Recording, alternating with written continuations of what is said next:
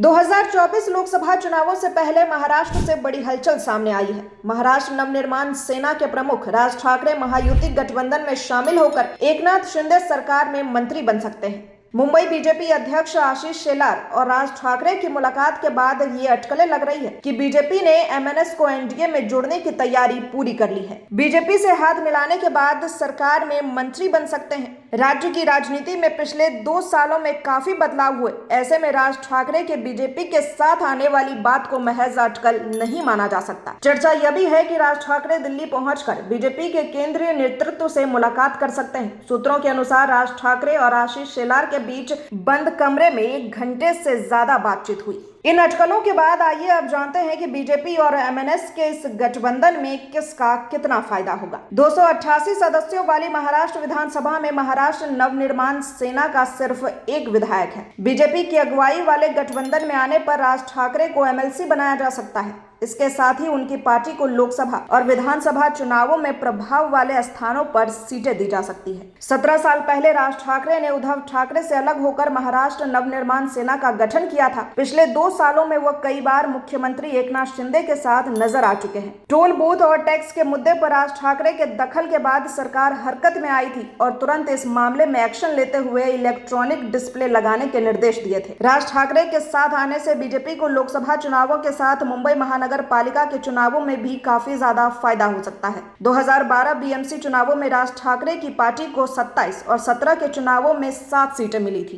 तो एक बात तो साफ है कि एमएनएस और बीजेपी के गठबंधन से विधानसभा में जहां राज ठाकरे को फायदा हो सकता है, वहीं बीएमसी के चुनावों में बीजेपी को बड़ा फायदा मिल सकता है। इसके साथ ही बीजेपी मराठी मानुस के दिलों में अपनी जगह बना सकती है।